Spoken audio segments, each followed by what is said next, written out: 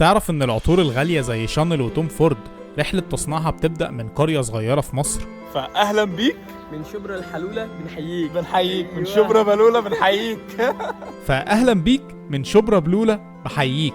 سافرت بالليل من القاهرة عشان أوصل القرية قبل الفجر وأبدأ رحلة حصاد الياسمين.